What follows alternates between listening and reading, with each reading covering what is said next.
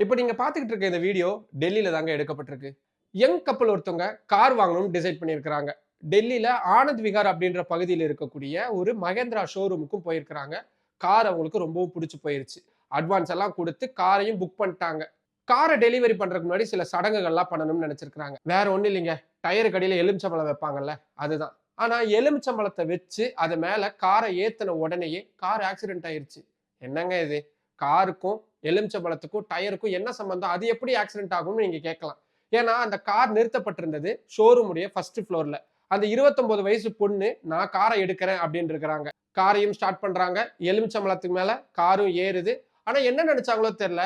Break அழுத்துறதுக்கு பதிலா accelerator அமுக்கிட்டாங்க. அப்புறம் என்ன 1 ஃப்ளோர்ல இருந்து ஒரே ஃப்ளையிங்ல போய் கீழ விழுந்துருச்சு காரு. நல்வாய்ப்பா அந்த பொண்ணுக்கு எதுவும் அடிபடல. ஆனா கார சாரிங்க காப்பாத்த முடியல. ஆனா இதுல இன்னொரு நல்ல விஷயம் என்னன்னா, அந்த பொண்ணு ஒருவேள கார டெலிவரி எடுத்துட்டு போய் ரோட்ல போகும்பொழுது இப்படி ஆயிருந்துச்சுன்னா, அப்பாவி ஜனங்க எத்தன பேருக்கு பாதிப்பு ஏற்பட்டிருக்கும். அதனால கார் வாங்குறது முக்கியம் தான். ஆனா அதுக்கு முன்னாடி அத ப்ராப்பரா ஓட்ட கத்துக்கணும் அப்படின்றது அத விட ரொம்ப முக்கியம். என்ன நான் சொல்றது சரிதானே?